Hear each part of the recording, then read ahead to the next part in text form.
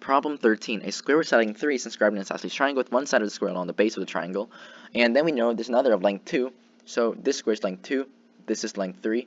And we're trying to find basically the area of the entire big triangle. So to do this, well, if you draw an altitude down, immediately you just see a lot of similar triangles show up. And in particular, they're similar right triangles, so they're even better. So if you draw this to be a right angle, that's a right angle, that's a right angle, we know that every single angle, so like this triangle,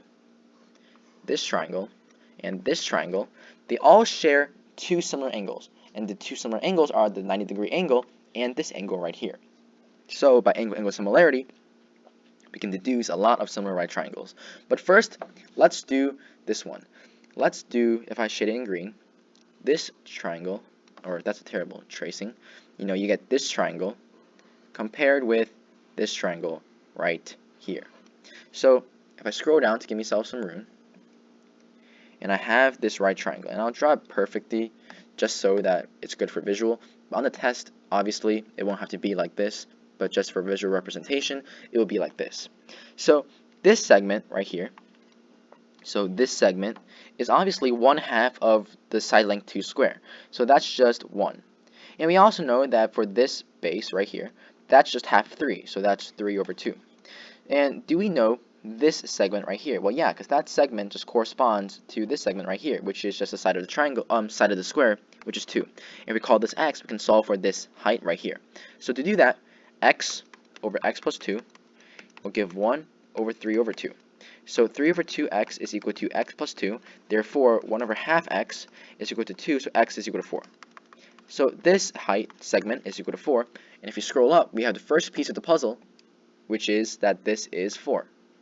And that this height is 2. So now if we look at it from the blue triangle, which I'll shade, look at this large triangle, right? This large triangle with this even larger triangle right here.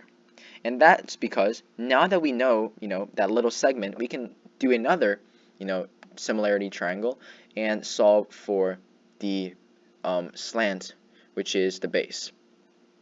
So we need a base, right? Because we need this segment to solve for this, because it's a perpendicular bisector, because it's an isosceles triangle, and therefore with the base and the height, we can solve for the area. So if I draw out this line, the blue line corresponds to this line right here. Don't be confused. So that line, as we previously established, is half of 3. So half of 3. We don't know what this is, so we want to solve for y. We know what this height is, right? This height is simply 4 plus 2, which is 6, and we know what this segment is, because this segment is just height of this length 3.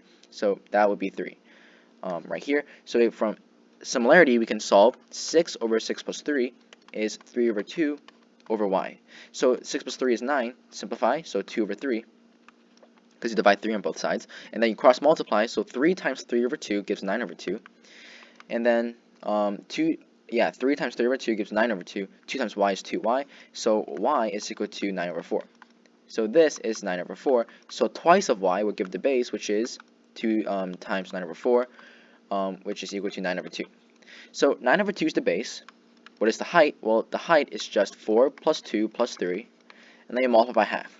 So, right, and then this sum together, 4 plus 2 is 6 plus 2 is 9, so 9 plus 9, 9 times 9 is 81, 2 times 2 is 4. So they're all improper fractions, so let's turn it into like the mixed fraction, which is what it's called, I believe. So that's 20 and 1/4, and therefore our answer choice is answer choice B.